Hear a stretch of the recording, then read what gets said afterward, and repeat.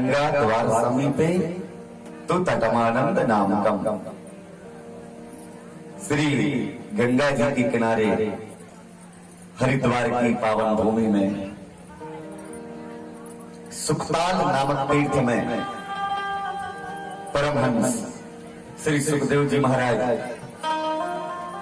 परीक्षित को कथा सुनाने के लिए व्यासासीन होकर के आए। आकाश से देवताओं ने पुष्प वर्षा की, ब्राह्मणों ने शांति पाठ किया, नमः शब्द जय शब्द का उद्घोष हुआ है और श्री गंगा जी के किनारे पावन परम पावन स्थान में अनेक संत विद्वान सभी का समावेश हुआ है। परीक्षित ने जाकर के साष्टांग प्रणाम किया है, गुरुदेव आपने मुझे कृतार्थ कर दिया है।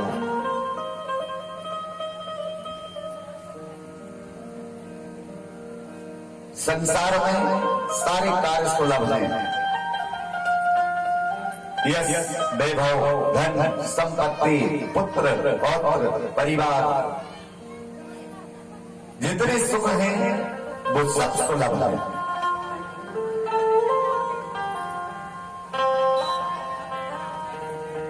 जितना भी आनंद हम जीवन में प्राप्त करना चाहते हैं वो सब आनंद व्यक्ति अपने सांसारिक सुखों से भोग सकता है,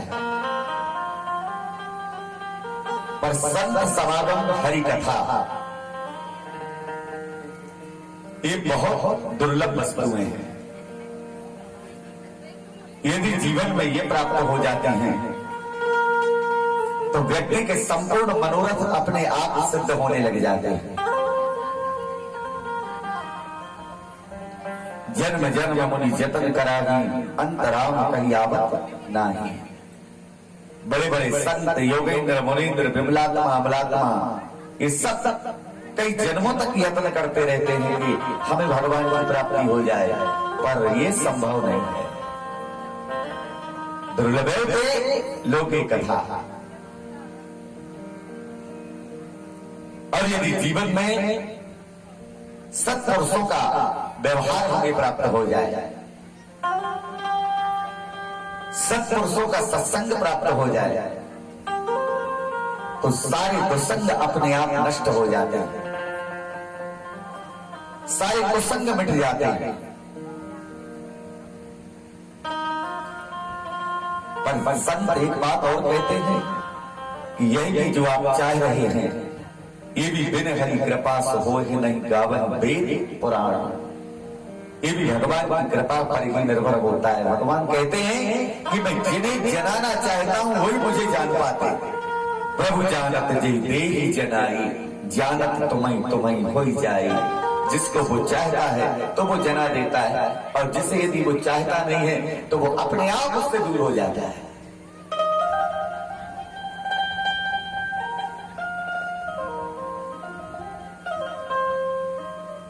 ज्ञान उसे ही दिया जाता है कि जो ज्ञान के लायक हो।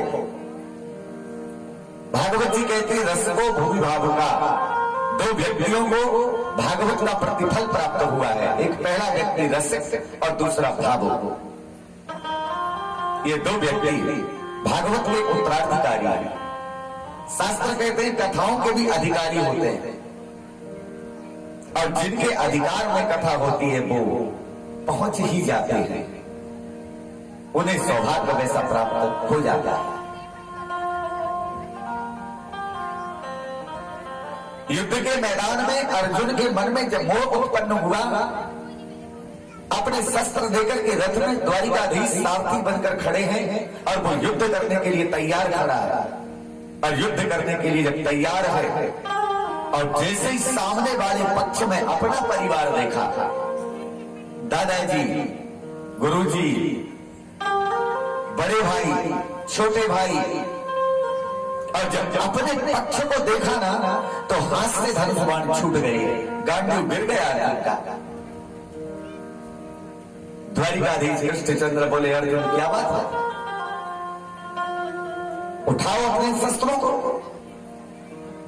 तो अर्जुन सजल नेत्र हो गया, कंठ अवरुद्ध हो गए, और अर्जुन द्वारिकाधीश से बोला कि प्रभु क्षमा करना, ये युद्ध मैं नहीं कर पाऊंगा, आप रथ को वापस ले चलिए। तो भगवान बोले कि क्या हो गया ऐसा, तुम युद्ध क्यों नहीं कर पा रहे हो, कौन सा कारण हो गया? तो अर्जुन ने कहा कि महाराज थोड़ा विचार के देखिए कि मैं किसको मारूं। जिन भीष्म पितामह की उंगली पकड़ के मैं चलना सीखा हूं, वो मेरे सामने युद्ध में खड़े हैं, क्या उन पर बाण छोड़ दो? बोलिए। जिन गुरुजी ने मुझे एक एक शब्द करके पढ़ाया है, एक एक शस्त्र का ज्ञान कराया है, क्या उन गुरुजी के ऊपर अपने बाण छोड़ दूं? सोचना कितना गंभीर विषय रहा होगा वो। जो भाई दुर्योधन, एक रोटी के लिए हम दोनों भाई लड़ते थे और हमारी माताएं उनको 2 टुकड़ा करके देती थी, आधा आधा करके। क्या आज उसी भाई पर शस्त्र छोड़ दो? कृपाचार्य मेरे गुरु जैसे हैं, क्या उन पर अपने शस्त्र चला दो? किसको मार दो? किस पर अपना प्रहार कर? तो भगवान हंस पड़े और युद्ध के बीच मैदान में ले जाकर के भगवान ने रथ को खड़ा कर दिया। इस तरफ भी नारायणी सेना खड़ी है और इस तरफ पांडवों की सेना खड़ी है। एक तरफ दुर्योधन का पक्ष है और एक तरफ अर्जुन का पक्ष खड़ा हुआ है, बीच में गोविंद का रथ खड़ा हुआ है। भगवान कहते हैं अर्जुन अब सुन तो। और भगवान ने अर्जुन को 18 अध्यायों में गीता का ज्ञान दे दिया। दोनों पक्ष उस ज्ञान को नहीं समझ पाए। बोलो राधे राधे। पांडव पक्ष भी खड़ा खड़ा देख रहा है, पता नहीं अब क्या हो रहा है बीच में। द्वारिकाधीश क्या बता रहे हैं, कोई पता नहीं। दुर्योधन का पक्ष भी देख रहा है, इन्हें भी पता नहीं कि बीच में क्या हो रहा है। और भगवान ने पूरा ज्ञान दे दिया अर्जुन को। अर्जुन, ये संसार ही युद्ध का मैदान है, सब हम युद्ध के मैदान में ही रखे हैं। बाप दादा या गुरुजी या पिताजी या माताजी या भाई की नहीं चल रही है, बात चल रही है, युद्ध चल रहा है धर्म युद्ध का। कभी कभी धर्म की रक्षा करने के लिए धर्म को भी तोड़ना पड़ता है। युद्ध के मैदान में गीता सुना करके भगवान ने अर्जुन के सारे मोह को नष्ट कर दिया। जब तक व्यक्ति के जीवन में मोह रहेगा, चाहे वह किसी भी वस्तु का मोह हो, संतान का, पत्नी का, धन का, संपत्ति का, वैभव का, कोई भी मोह हो,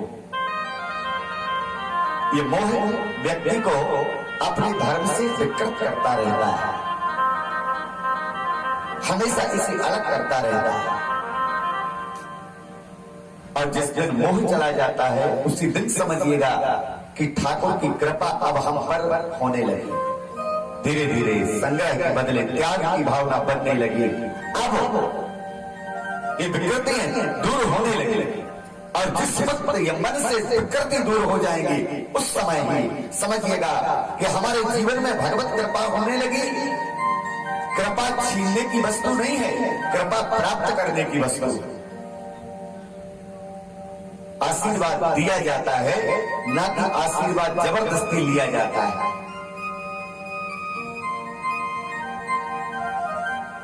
किन्हीं किन्हीं भक्तों की आदत होती है, जाएंगे महाराज जी आशीर्वाद दे ही दो। हाँ भैया सब ठीक ठाक, नहीं नहीं आशीर्वाद दो, हमारे बेटा की शादी हो जाए। आपको तो देना ही पड़ेगा, भले तो ना देना चाहते हो या ना मिलनी चाहती हो, पर अब जब दे ही दो तो फिर क्या करोगे। आपने सुना होगा गौतम बुद्ध भगवान जिन्हें कहा जाता है गौतम बुद्ध। तो बुद्ध जी महाराज जो थे ना, ये बहुत बड़े कथा वक्ता थे।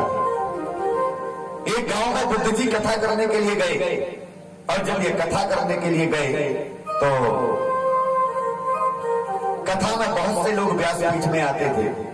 गुरु जी को प्रणाम करते बुद्ध जी महाराज को। जिन पर कृपा हो जाती तो उनके सर में हाथ रख देते थे, और जिन पर कृपा न हो तो गुरु जी उनकी तरफ देखते भी नहीं थे।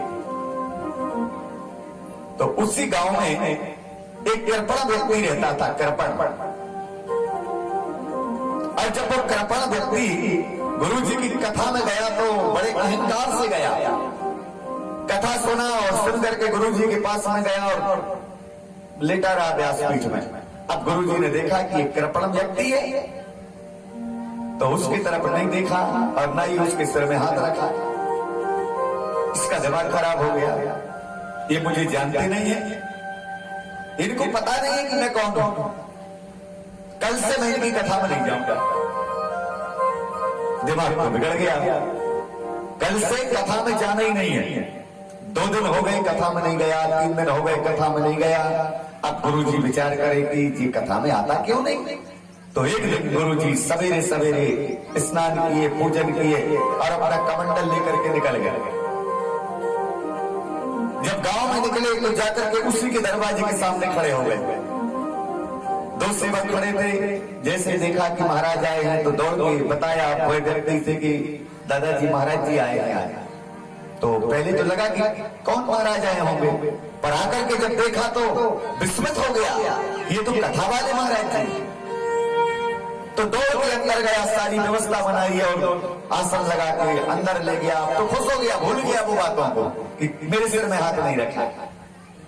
और जब अंदर ले जाके बिठाला, चरण धोया, पूजा किया। अब पत्नी से कहा कि कुछ व्यवस्था करो। तो पत्नी ने कहा कि मैंने बहुत बढ़िया तस्मई बनाई, पूछो महाराज जी से। तो महाराज जी से पूछा तो महाराज जी बोले ले आओ। अब तस्मई खीर ये लेकर के आई, चांदी के चम्मच, चांदी के प्लेट, चमचमाते पात्रों में लेकर के जब खीर आई तो महाराज जी बोले कि भाई मैं अपने ही पात्र में भोजन करता हूं, किसी के पात्र में नहीं लेता। तो इसने कहा महाराज जी ये तो नए हैं। बोले इससे कोई मतलब नहीं है, मेरा पात्र सिद्ध है, मैं इसी में पाता हूं। तो तुम ऐसा करो कि इसमें वो तस्मई खीर डालो। कमंडल आगे बढ़ा दिया। अब जो खीर को डालने के लिए जब आगे बढ़ा तो देखा कि इसमें तो इतनी धूल मिट्टी है कि खीर डालूंगा तो ये बेकार हो जाएगा। तो गुरुजी से कहा कि गुरुजी इसमें तो इतनी मिट्टी है, यदि मैंने खीर डाला तो पूरी नाश हो जाएगी, पूरी बेकार हो जाएगी, आप इसमें पाइए ना। गुरुजी बोले नहीं। तो बोले लाइए मैं इसको साफ कराए देता हूँ, धुल के देता हूँ, फिर बाद में इसमें आप भोजन पाना। तो गुरुजी ने कहा कि राजा एक बात बता, आशीर्वाद बड़ा है या खीर बड़ी है? क्या बड़ा? तो इसने कहा कि गुरुजी बड़ी तो आशीर्वाद है, खीर तो तुच्छ वस्तु है, खाए पिए 2 मिनट बाद बराबर हो जाती है। आशीर्वाद तो दिव्य है ना, आशीर्वाद कोई सहज वस्तु नहीं है। तो महात्मा जी ने कहा कि भैया थोड़ा सोचना, मेरे कमंडल में थोड़ी सी धूल मिट्टी देख करके तू अपनी तुच्छ तस्मई खीर नहीं डाल रहा है, क्योंकि वो तूने बनाया है। तुझे ये चिंता है कि मेरी तस्मई की निंदा ना हो जाए। भोजन बनाने वाला व्यक्ति बार बार पूछता है खाने वाले से कैसा बना है, हाँ? क्योंकि उसे प्रसन्नता होती है कि वो कहे कि बहुत बढ़िया बना है। और कहीं धोखे से कह दिया बना तो अच्छा है पर थोड़ा नमक कम हो गया, तो बनाने वाले का मुंह बन जाता है, अरे देख उसे बड़ा बुरा लगता है। अब कोई तारीफ करो ना, कोई प्रशंसा करो, कोई दिक्कत नहीं है, अरे बहुत बढ़िया बना है, बाद में जाके कहो इतना सारा भोजन बनाया क्या कहना, पर सामने कह दो कि बहुत अच्छा है तो खुश हो जाए। तो राजा उस व्यक्ति से पूछा कि ये बताओ बड़ी खीर है या फिर आशीर्वाद? तो उसने कहा खीर तो तुच्छ है, आशीर्वाद दिव्य है। तो महात्मा जी बोले कि भैया थोड़ा सोचना, बात बहुत विचार करना। तू मेरे कमंडल में थोड़ा सा धूल मिट्टी देख करके अपनी तुच्छ खीर नहीं डाल रहा है, और मैं देख रहा हूं कि तेरे अंदर कितनी धूल मिट्टी है। काम, क्रोध, मद, लोभ, अहंकार, मत्सर, ये 6 प्रकार के विकारों की धूल मिट्टी ही धूल मिट्टी हो गई है। इतनी धूल को देख करके मैं अपना दिव्य आशीर्वाद कैसे तेरे ऊपर डाल दूं? कैसे डाला? जो सुना ये व्यक्ति ने तो तुरंत चरणों में गिर पड़ा कि महाराज मुझसे भूल हो गई, मैं आपको समझ नहीं पाया।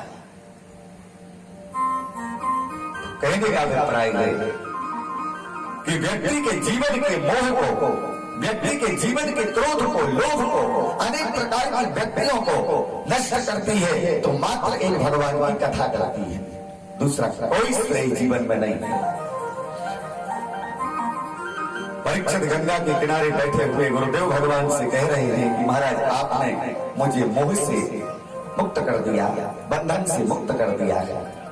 आज मेरे जीवन में किसी प्रकार का कोई मोह नहीं, किसी प्रकार का कोई बंधन नहीं, किसी प्रकार की कोई विपत्ति नहीं, सारी विपत्तियां तो मेरी घर में रह गई। गुरुदेव बोले 3 दिन बाद मरना है, उसका क्या होगा? तो परीक्षित ने कहा महाराज इसका कुछ नहीं है। सारे कार्य करने के बाद यदि व्यक्ति कम उम्र में चला जाता है ये उसके लिए बहुत बड़ी उपलब्धि है। और जीवन में यदि कुछ किया नहीं, जीवन में अपने द्वारा परोपकार नहीं किया, और यदि वो व्यक्ति 200 साल भी जी रहा है तो वो धरती का बोझ माना जाता है। प्रेम से गौरा दे रहा है, इसलिए अपने जीवन में परोपकार करते रहे, यही जीवन की सबसे बड़ी उपलब्धि है। गंगा के किनारे परीक्षित महाराज ने कहा कि गुरुदेव आज की बात, अब मुझे अपने जीवन का एक ही लक्ष्य है कि मैं आपकी कथा श्रवण करूं, दूसरा कोई लक्ष्य नहीं है। परीक्षित से गुरुदेव भगवान कह रहे हैं कि परीक्षित आज क्या सुनोगे? तो परीक्षित ने कहा कि गुरुदेव आज तो कहने की बात नहीं है, कल भगवान ने ब्रज में अवतार लिया है, और भगवान का अवतार जब ब्रजमंडल में हुआ तो भगवान ने ब्रज में आकर के कौन सी लीला करी, अब आप ये सुनाइए। तो गुरु जी कहते हैं कि परीक्षित पहली बात तो ये है कि भागवत की लीलाओं का वर्णन करना संभव नहीं है। कल मैंने रामचरितमानस में 5 लीलाएं आपको बताया था कि राम ने केवल मात्र 5 लीलाएं की, और 5 लीलाओं में संपूर्ण रामायण का सार आ गया। ये राम कथा का उद्देश्य है। पर कृष्ण की लीलाओं में हर समय लीला ही भगवान की हुई है, असंख्य लीलाएं, गिनती नहीं। राम का जन्मोत्सव 1 महीने तक चला था और कृष्ण का जन्मोत्सव 11 वर्ष और 52 दिन तक चला। आनंद सारे ब्रज में 11 वर्ष 52 दिन तक हुआ है। तो भगवान के उत्सव को सारे ब्रजवासियों ने बड़े जम से मनाया था, बड़े धूम के मनाया था, बड़ा आनंद हुआ था। और ब्रज के तो उत्सव ही विचित्र होते हैं। आज भी वृंदावन परिक्षेत्र में यदि कोई भी उत्सव मनाया जाता है तो वो बहुत विशेष होता है।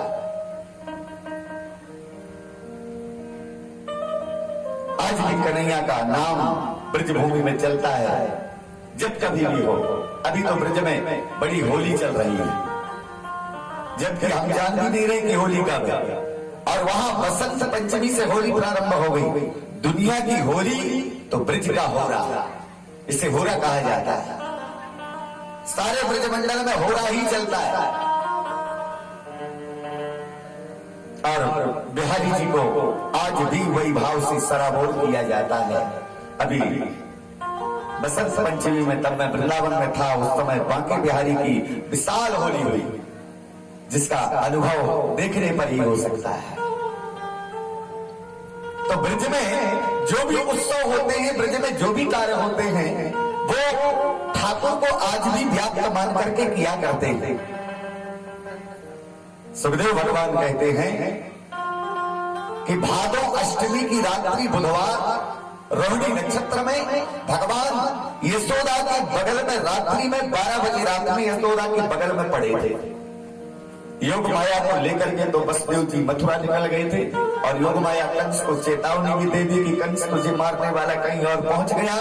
अब कन्हैया बगल में लेटे लेटे विचार कर रहे हैं कि ये कैसी पागल माँ है, 80 साल की उम्र में तो संतान का योग बना इनके घर में, और उसके बाद भी ये लेटी है, उठ क्यों नहीं रही है। मुझे पाने के बाद भी इसके मन में ये लालसा नहीं कि मैं अपने बेटे को उठा लूं। अभी भी सोई है। क्यों सोई है? क्योंकि माया का आवरण वहां फैला हुआ था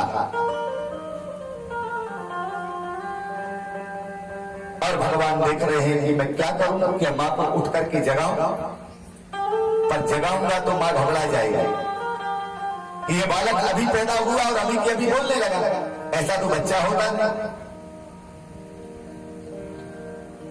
अब भगवान ने बहुत बढ़िया योजना बनाई। बाबा इस विषय को रामचरितमानस में कह रहे हैं। सुन से सुरदने परम प्रिय बानी, सुन से सुरदने परम प्रिय बानी,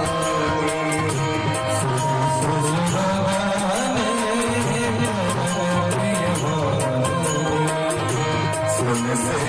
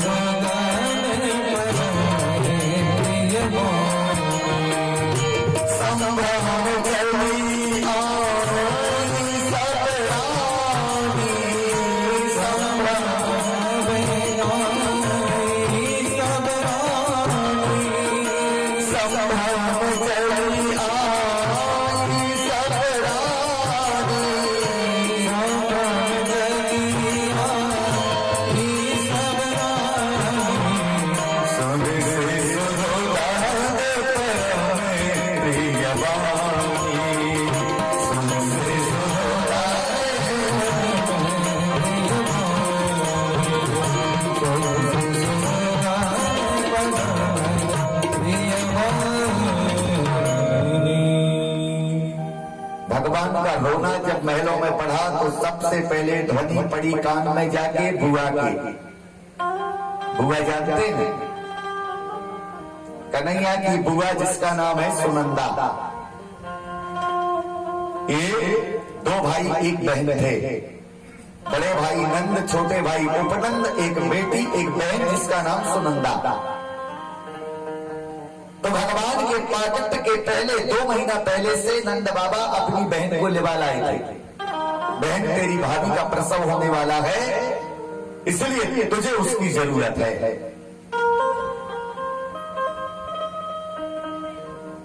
अब सुनंदा जी को ये ड्यूटी दी गई। सुनंदा जी बराबर ड्यूटी बजाती थी, बराबर ड्यूटी दे रही है। और जिस समय भगवान के प्राकट्य का समय आया तो माया के आवरण में बुआ भी सो गई, जाके नींद आ गई। अब कन्हैया ने सोचा कि मां को जगाऊं तो बात नहीं बनेगी, बुआ भी वहां सो रही है, तो करूं तो क्या करूं। भगवान ने रोना शुरू कर दिया। सुन शिशु रुदन परम प्रिय बानी। भगवान के रोने की आवाज जब सुनी और आवाज को सुन करके दौड़ करके सुनंदा आई, भाभी क्या हो गया? तो यशोदा ने कहा कि ये है, कितना दिव्य कितना सुंदर लाला। इसे देख करके दौड़ करके सुनंदा रुकी नहीं और भाग करके सीधी नंद बाबा के महल में पहुंची, जहां बाबा जी माला सटका रहे थे।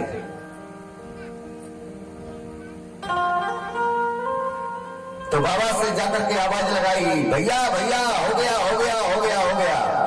नंद बाबा के हाथ से माला छूट गई, पता नहीं क्या हो गया। क्या हो गया बहन? बहन सोची कि बता दूंगी तो दक्षिणा कम जाएगी। ऐसे नहीं, अभी हुआ नहीं, होने वाला है। अरे बताना बात क्या है? तो सुनंदा ने कहा कि पहले इनाम बता का दोगे। तो नंद बाबा ने तिजोरी की चाबी निकाल के बहन को दे दिया। जो कछु लगे निकालने पर बता जल्दी यशोदा जी के क्या हुआ है। तो सुनंदा ने कहा कि आज बरठी सी ब्रजनारी बनी, गुजिया सी गीतों और बोझा से ग्वाला, पीड़ा बनी बलदाऊ जी, रस खीर रोहिणी रूप रसाला। पूरा व्यंजन बना दिया कि नंद मही पे बने नमकीनो, गोल ग्वाल बनी सब गरम मसाला, जायो यशोदा जलेबी सी सी रानी, यशोदा ने क्या किया है कि रगड़ी सी रात में लड़ुआ सोलाला, ये रगड़ी सी रात में लड़ुआ सोलाला, इतना गोल मटोल लाला हुआ है। बाबा हमें बधाई, तुम्हें बधाई हो, इनाम दो इनाम दो। तो नंद बाबा आनंदित हुए और दौड़ने लगे। सवेरा हो गया, पृथ्वी प्रजांगनाओं को पता लगा, सब दौड़ दौड़ करके नंद भवन में आ रही हैं और सब दौड़ दौड़ करके नंद भवन में आई। सब आकर के देखा, नंद बाबा को बुलाया गया और जब बाबा नंद आए तो बाबा नंद ने कहा कि मैं सबसे पहले लल्ला को देखूंगा, सबसे पहले मैं अपने बेटे को देख करके आऊंगा। तो ग्वाल वाले बोले नहीं, अभी नहीं। गांव वाले बोले अभी नहीं। बाबा बोले तो फिर कब? पंडित जी ने कहा सबसे पहले जाओ और नहा के आओ, यमुना जी में 108 डुबकी लगाओ। 4 बजे रात में नंद बाबा गए यमुना में, 1 2 3 4 5 6 7 8 थक गए भैया, पूरे हो गए। ग्वाल वाले बोले पूरे 108 डुबकी लगाए, गीले कपड़ा में कमरा के अंदर ले गए, बढ़िया बगलबंदी पहनाई, 7 मीटर की पंगिया बांधी। एक चमत्कार और हो गया, पूरी दाढ़ी मुझ सफेद हो गई थी बाबा पर भगवान का जन्म सुना, उचटने से काली पड़ गई। सब रात में नंद बाबा की दाढ़ी हो गई काली, सब काला हो गया। और बाबा को इत्र लगाया, चंदन लगा के बाबा से बोले जाओ दर्पण देख लो। नंद बाबा दर्पण के सामने खड़े भय, बच्चों से बोले कैसे लग रहे हैं? बच्चे बोले अब 80 साल के डोकरा नहीं, अब तो 20 साल के छोकरा बन गए। और सारी ब्रज की प्रजांगनाएं नाचती नाचती सब नंद भवन में आए, सब नाच रही हैं। पलना में ललना झुलावे, पलना में ललना झुलावे, यशोदा मैया पलना में ललना, पलना में ललना झुलावे, यशोदा मैया पलना में ललना झुलावे, यशोदा मैया पलना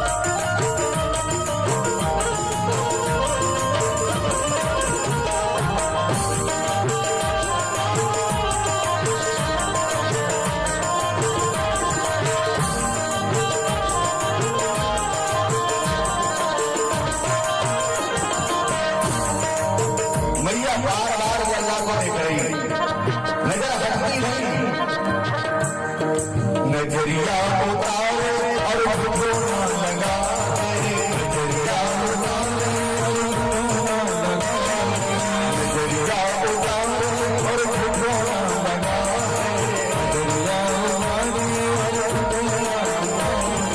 करे आई दौड़ और ओढ़ना ओढ़ावे, करे आई दौड़ और ओढ़ना ओढ़ावे, करे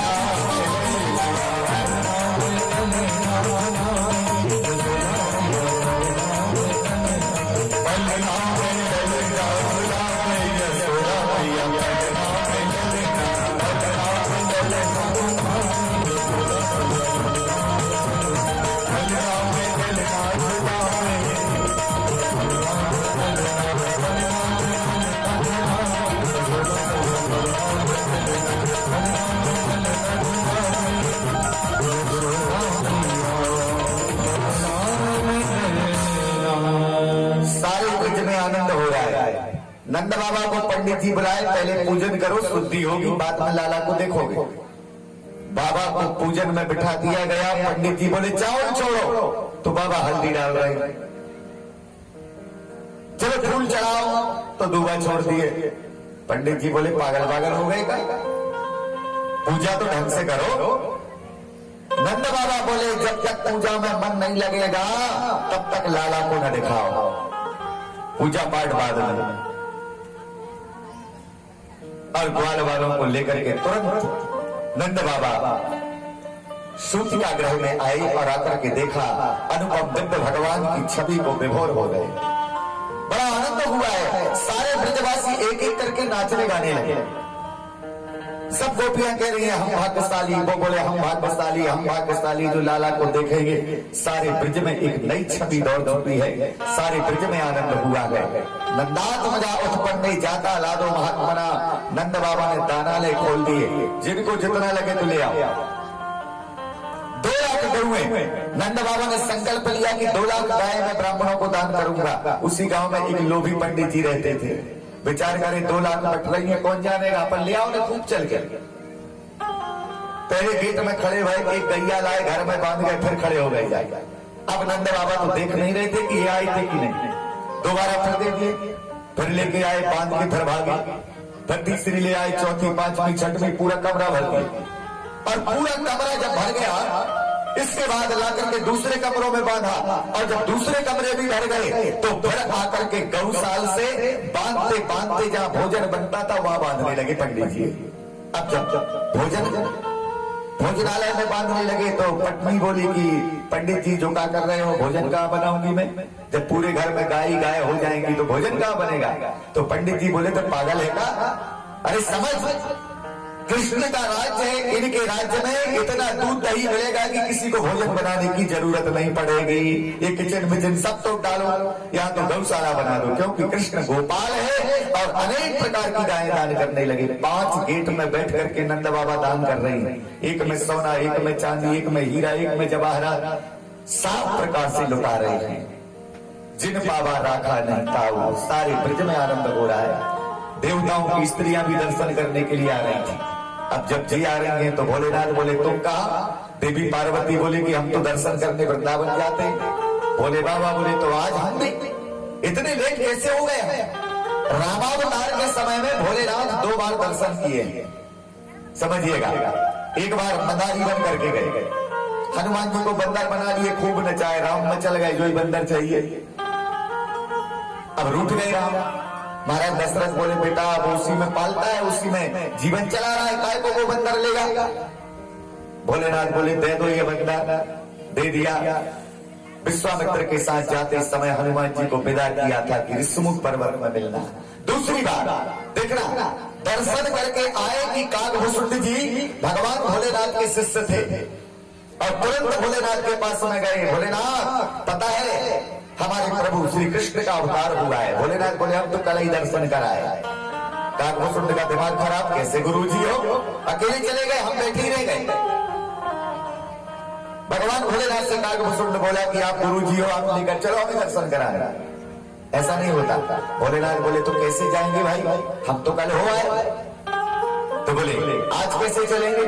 काकभूषुंड बोला महाराज मैं पक्षी हूँ, मैं चतुर आदमी हूँ, आपको मैं सलाह दे रहा हूँ, आप बन जाओ गुरुजी, हम बन जाएंगे चेला जी। बनेगी बात? भोलेनाथ बोले बन तो जाएगी, लेकिन करेंगे क्या? काकभूषुंड जी बोले हम आप देखना हस्तरेखा, मैं आपका प्रचार करूंगा, आप बन जाओ ज्योतिषी बाबा। और जब आप ज्योतिषी बाबा बनोगे तो आपकी ज्यादा चलेगी। भोलेनाथ बोले भाई हम तो ये विद्या जानते नहीं है। तो काकभूषुंड बोले महाराज जो जमाने ही ऐसा है, जो बिल्कुल नहीं जानता उसकी चलती है। बोलो राधे राधे। हाँ, जिससे बिल्कुल न बने ना उसकी ज्यादा चलती है, ऐसा है। तो ऐसा करिए, आप गुरुजी बन जाओ। तो भगवान भोलेनाथ ने तुरंत अपना प्रभाव जमाया, पीले वस्त्र आ गए, त्रिपुंड लग गया, झोली टंग गई, बाबा जी अपना भेष बदल लिए। काकभूषुंड जी बोले अब हम भी बन जाए। तो काकभूषुंड जी भी पंडित जी बन गए, दोनों ब्राह्मण बन गए। भोलेनाथ ने देखा बिल्कुल टिप टाप पंडित जी बन गए गुरु जी। चेला बोले हम भी, अब बोले नाम रख लो। तो भगवान भोलेनाथ हमारा नाम तो शंकर दत्त शर्मा है। शर्मा जी खड़े हैं एक तरफ। कागभूषुंड से कहा तुम भी बनो कछु। कागभूषुंड बोले हम भी भूसुंडी दत्त शर्मा। लो ये भी शर्मा जी। दोनों गुरु चेला पहुंच गए सरयू के किनारे अयोध्या में। आसन जमा के भोलेनाथ बैठ गए। जितने भी स्नान करने वाले जल लेने वाले आते थे तो कागभूषुंड जी खड़े हो जाएं और प्रचार करें, आइए हस्तरेखा दिखाइए, बड़े विद्वान गुरु जी आए हैं, अपनी हस्तरेखा दिखा लो। तो जो नहीं आना चाहता था वो भी आए, और जब भोलेनाथ से हाथ दिखाए तो भोलेनाथ जिन्हें जो बताए बिल्कुल बराबर सही सही। अरे बाप रे, आज तक ऐसे संत नहीं आए अयोध्या में। और धीरे धीरे ये बात महलों तक पहुंच गई। जब महलों में पता लगा तो कौशल्या ने कहा बुला लाओ। मंत्री आए, दोनों ब्राह्मणों से कहा महाराज जी आपको महलों में बुलाया है। कागभूषुंड बोले लग गई बात, चलो महल में। परंतु जब गेट के पास में दोनों ब्राह्मण आके खड़े हुए तो द्वारपालों ने कहा कि पंडित जी अयोध्या का नियम है कि कोई भी व्यक्ति एक ही बार गेट में जा सकता है, दो व्यक्ति एक साथ नहीं जा सकते। अब तो बात बिगड़ गई। तो भगवान भोलेनाथ बोले नियम कैसा है? बोले नियम यह है कि गुरुजी जाएंगे, चेला ही नहीं रहेंगे। अब बताओ कि गुरुजी कौन है? तो भोलेनाथ बोले हम गुरुजी। तो बोले आप गेट के अंदर, चेला जी तुम बाहर। कागभूषुंड बोला बताओ। दर्शन करने की योजना हमने बनाई, लाए हमने, और फिर गुरुजी चले, हम फिर बाहर। तो कागभूषुंड धीरे से द्वारपालों के पास गए, बोले सुनो भैया आप समझ नहीं रहे हो, गुरुजी हो गए बूढ़े, इनको हो गया मोतियाबिंद में, दिखाई देता नहीं, कब जचता है। और जब इन्हें जचता ही नहीं तो ये ज्योतिष का देखेंगे। साथ साथ में इनकी बुद्धि भी थोड़ी भ्रमित हो गई। ये बूढ़े आदमी है, अरे मैं नया हूं, मैं सीख रहा हूं, मुझे रख लो ना। तो द्वारपाल बोले दादाजी, गुरुजी आप बाहर, चेला जी जाएंगे, आपसे ज्यादा चतुर। भगवान भोलेनाथ ने बाहर ही कौआ, गुरु को भी नहीं छोड़ रहा है ये तो, हम पर ही चतुरता दिखा दिया। भोलेनाथ बोले सुनो, ये चेला है, सीख रहा है, पढ़ रहा है, अभी पढ़ा नहीं है, उल्टा सीधा बता देगा, ये ज्यादा नहीं जानता। तो द्वारपाल बोले चेला तुम निकलो, भगो, गुरुजी जाएंगे। अब गुरुजी अंदर, चेला ने कहा एक बात बताएं, भोलेनाथ को बिल्कुल नहीं दिखता है, हमारे गुरुजी बहुत ज्यादा बड़ा मोतियाबिंद हो गया है इनको। एक बात है, जाना दोनों को ही पड़ेगा। क्यों? इसलिए जाना पड़ेगा कि मैं देखता हूं गुरुजी निकालते, मैं ज्योतिष तैयार करके देता हूं, तब गुरुजी उसका इष्टकाल निकाल के देते हैं। बिना गुरुजी के काम नहीं बनेगा, बिना मेरे काम नहीं बनेगा। अब बने तो कैसे बने? दोनों जाएंगे तभी हम कुशल हस्तरेखा देखेंगे। मंत्री बोले भैया दोनों चलो, और दोनों को लेकर के गए, राम दर्शन करके आए, आनंद हो गया। कृष्ण दर्शन के लिए बात बिगड़ी हुई है,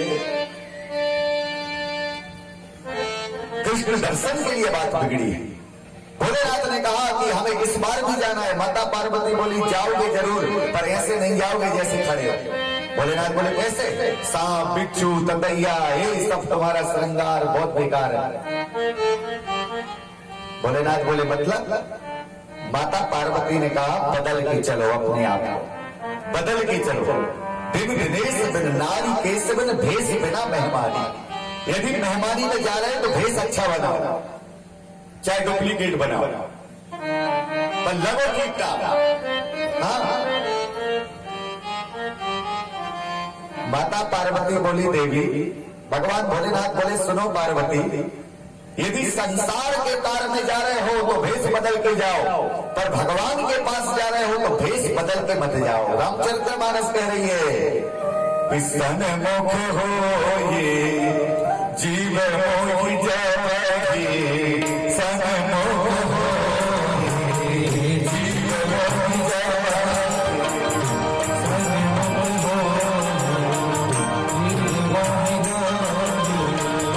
जन्म कोटि अगना संसारी, जन्म कोटि अगना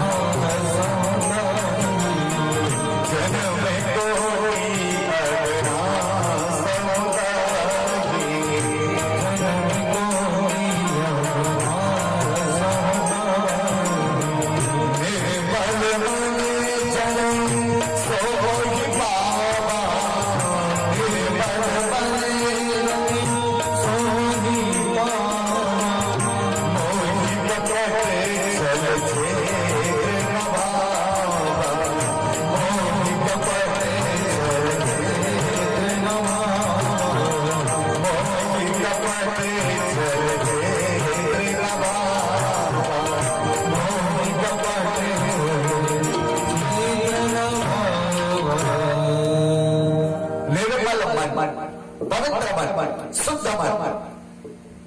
भगवान को पसंद क्या है? भागवत जी कहती नवनीत। कृष्ण को क्या पसंद है? उसे कहते नवनीत। नव अर्थात ताजा, नीत अर्थात मन। यही माथा था। भगवान किसकी चोरी करते हैं? भागवत जी कहती है नवनीत चोरम ब्रजे वसंतम नवनीत चोरम गोपांगनानाम चतुकूल चोरम श्री राधिकायाम हृदयस्य चोरम चोराग्रगण्यम शरणम प्रपद्ये। भगवान नवनीत की चोरी करते हैं और वही नवनीत का विश्लेषण उत्तरकांड में बाबा कहते हैं कि संत हृदय नवनीत समाना। संतों का हृदय नवनीत। ऐसा नहीं कि भगवान किसी की मटकी फोड़ते, ये तो व्यंग्यात्मक कथा है, ये तो आनंद का विषय है। मटकी फोड़ दिया, कपड़े चुरा लिए, ये कर लिया, वो कर लिया। विचार करिएगा, एक 4 वर्ष के बालक में इतने छल छिद्र आ सकते हैं क्या जो कृष्ण में आया? 4 वर्ष का बालक किसी के कपड़े चुराना जानेगा क्या? पर 4 वर्ष की अवस्था में कृष्ण वस्त्रों की चोरी करते हैं। कहने का अभिप्राय है कि भगवान ब्रज की ब्रजांगनाओं को उपदेशित करते हैं। भगवान का अवतार इसलिए हुआ है कि प्रत्येक व्यक्ति कर्मवान बने, प्रत्येक व्यक्ति धर्मवान बने। इसलिए परमात्मा पृथ्वी में अवतार लेके आते हैं। भगवान के अवतार का ये कारण नहीं कि आनंद, केवल आनंद ही सर्वोपरि हो। भगवान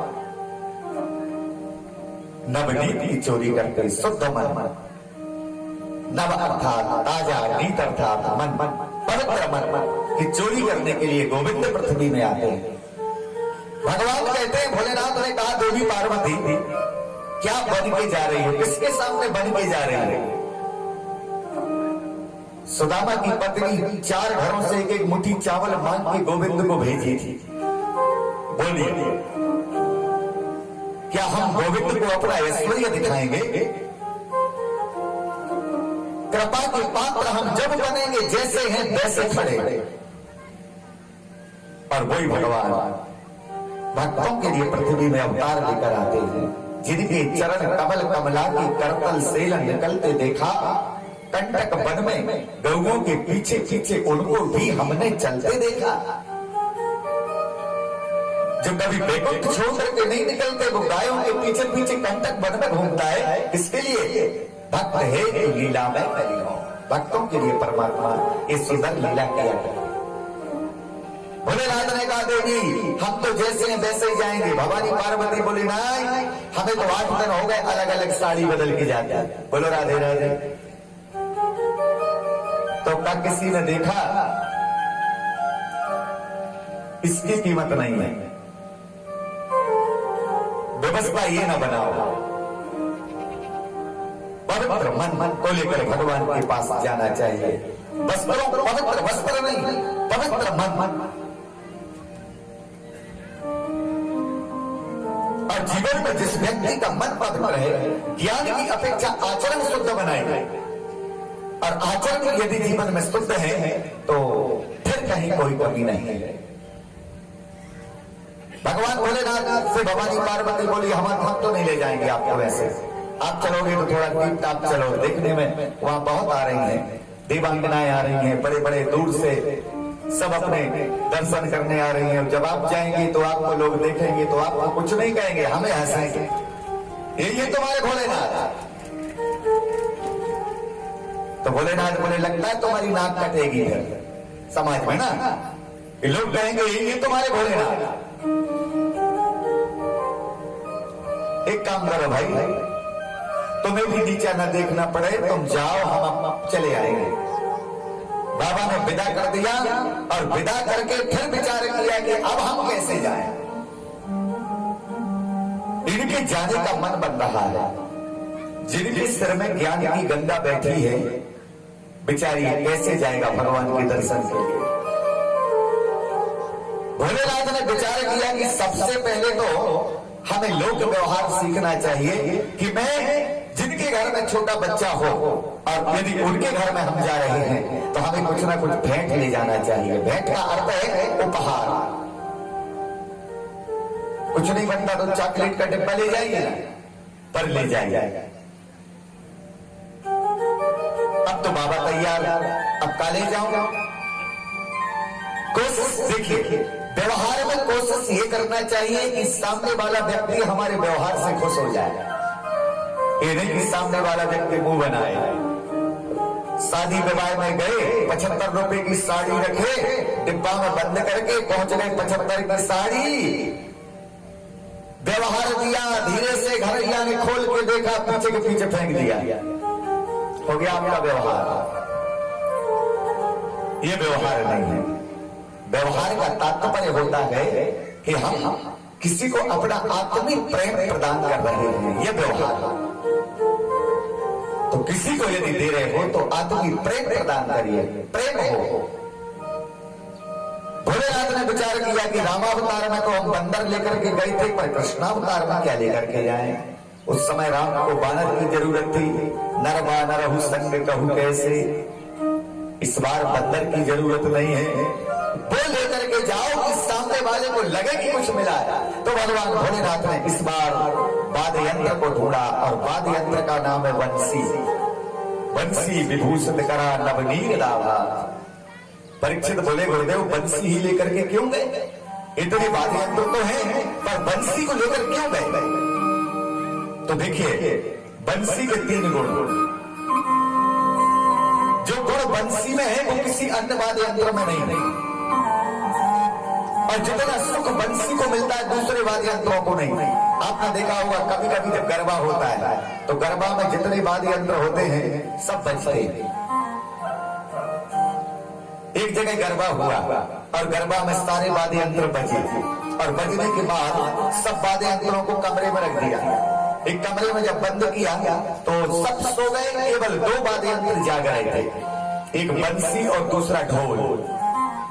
बंसी को भी नींद नहीं आ रही थी, ढोल को भी, पर बंसी देख रही थी ढोल तो लुढ़क हो रहे थे, यहाँ से वहां, वहां से यहाँ, यहाँ से वहां, वहां से वहां। तो बंसी देख रही थी भगवान इसको क्या हो गया? तो बंसी पर ढोल के पास गई और बोली, ढोल भैया क्या हो गया? ढोल बोला, बहन एक ही निवेदन करता हूं मैं तो भगवान, गरबा बंद हो जाए, गरबा ना हो। क्यों? ढोल ने कहा कि सबसे ज्यादा पिटाई मेरी होती, इतना पिटता हूं कि 15 दिन तक भूल नहीं पाता। और तू देख रही इतना दर्द है, इतना पिटा हूं, बहुत पीटा गया। बंसी तूने कौन से पुण्य करी है? जब तू सोई है तो बज रही है, बैठी है तो बज रही है, जाग रही है तो बज रही है, और बज रही है तो अच्छा बज रही है। तो बंसी ने कहा कि भैया तुझ में और मुझ में ज्यादा अंतर नहीं है, जैसे खाली मैं वैसे खाली तू। ढोल भी ऐसे खाली रहता है ना, बंसी के जैसे, पर अंतर जो है कि मैं जिस प्रकार हूं उसी तरह रहती हूं, यहां से भी खाली यहां से भी खाली। पर ढोल तुम्हारी एक आदत बुरी है कि तुम ढक के रखते हो, इसे कहते ढोल के पोल। तुम अपनी पोल खुलने नहीं देते, तुम उन्हें ढक के रखते हो, और जो अपनी पोल खुलने नहीं देता वो व्यक्ति ही पिटता है। तो ढोल तुम ऐसे बंद रखते हो तो तुम्हारी पिटाई होती है। और मैं बिल्कुल निष्कपट हूं, मैं कभी भी जिस जैसी हूं वैसे ही रहती हूं। बंसी ने कहा, एक तो मैं बोलती नहीं, बोलती हूं तो मीठा बोलती हूं, 3 गुण। और तीसरा, बिना बुलाए बोलती नहीं, जब कोई बुलाएगा तब बोलूंगी, बोलूंगी तो मीठा बोलूंगी और शांत रहूंगी। तो देखिए भगवान, बात बंसी की नहीं है, थोड़ा समझिएगा, आध्यात्मिक चर्चा करें। बात केवल बंसी की नहीं है। भगवान बंसी को ही क्यों पसंद करते हैं? लाख 2-2 लाख रुपए के बाद यंत्र आज चल रहे हैं, पर भगवान एक बांस की बंसी को केवल हाथ में रखते थे। बात वाद्य यंत्र की नहीं है। भगवान कहते हैं कि बंसी ही मुझे प्रिय क्यों है? बंसी बिना बुलाए बोलती नहीं।